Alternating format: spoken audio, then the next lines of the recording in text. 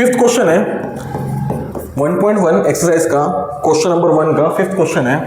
3 by 5 root of 2x cube minus 7x minus 5 whole power 5।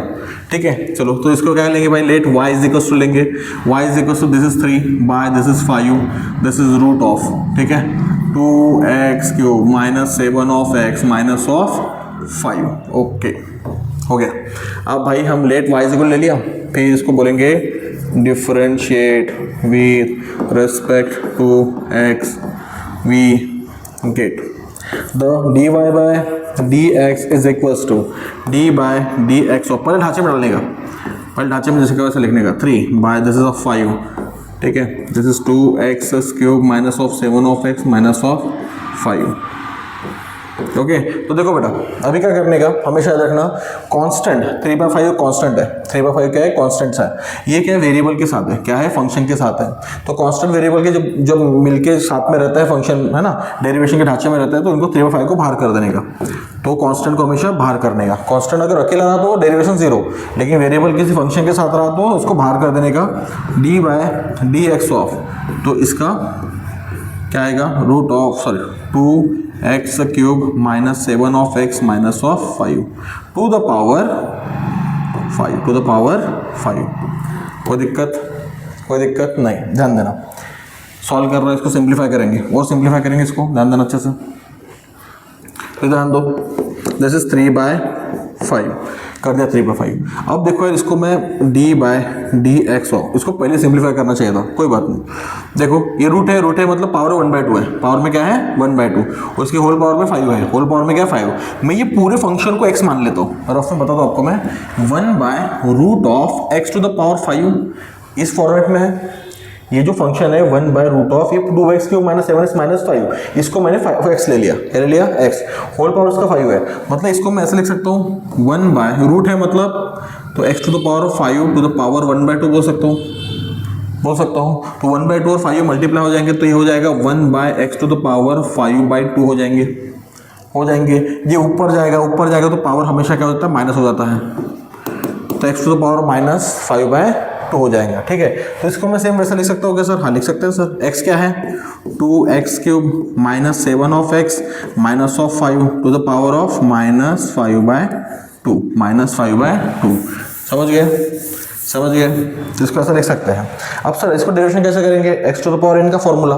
n आगे ध्यान देना, लिखा मैंने 3/5 पहले, इंटू n कितना है, n है -5/2, तो -5/2 आगे,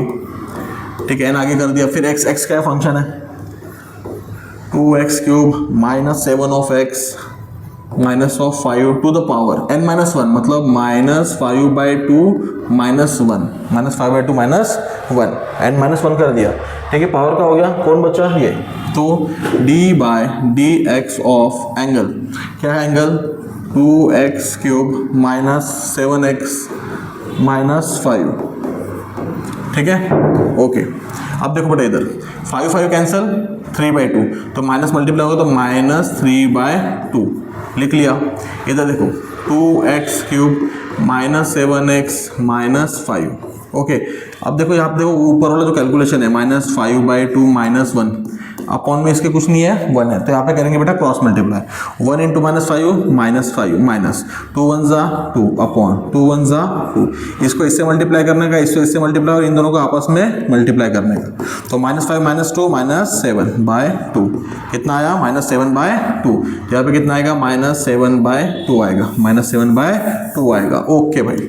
इधर देखो इसके बाद जाएगा, अब देखो इसको अंदर लेके जा रहा हूँ, तो अब देखो वेरिएबल x क्यूब है और 2 कांस्टेंट है,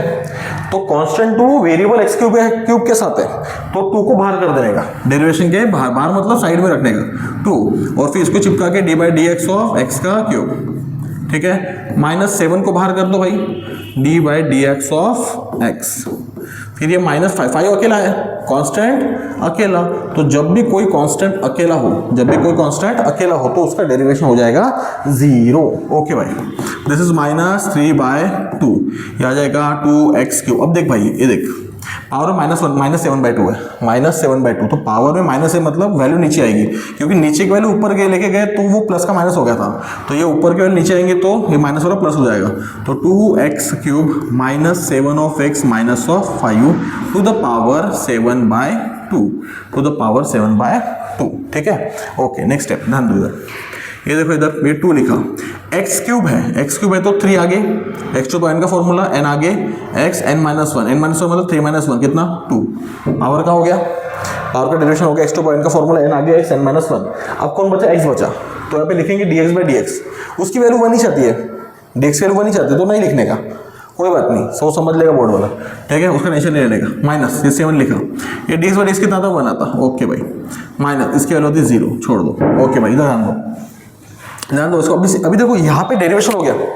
इसके बाद हमारा नया काम चालू होगा सिंप्लीफिकेशन का, तो सिंप्लीफिकेशन के बहुत सारे तरीके हैं, वो प्रैक्टिस से आप अगर उसको बेटर परफॉर्म कर पाओगे, ध्यान देना, तो -3 × 1 -3 अपॉन नीचे में 2 लिखा है, ओके। अब ये बेटा ढांचा देख, ये ढांचा देख कैसा लिखा है, इस पूरे वैल्यू को मैं x मान रहा हूँ, ये पूरे वैल्यू को मैं x मान रहा हूँ और पावर में है 7/2, तो इसको क्या मैं देखो, इसको मैं ऐसे लिख सकता हूँ x to the power 7 to the power 1/2 लिख सकता हूँ क्या,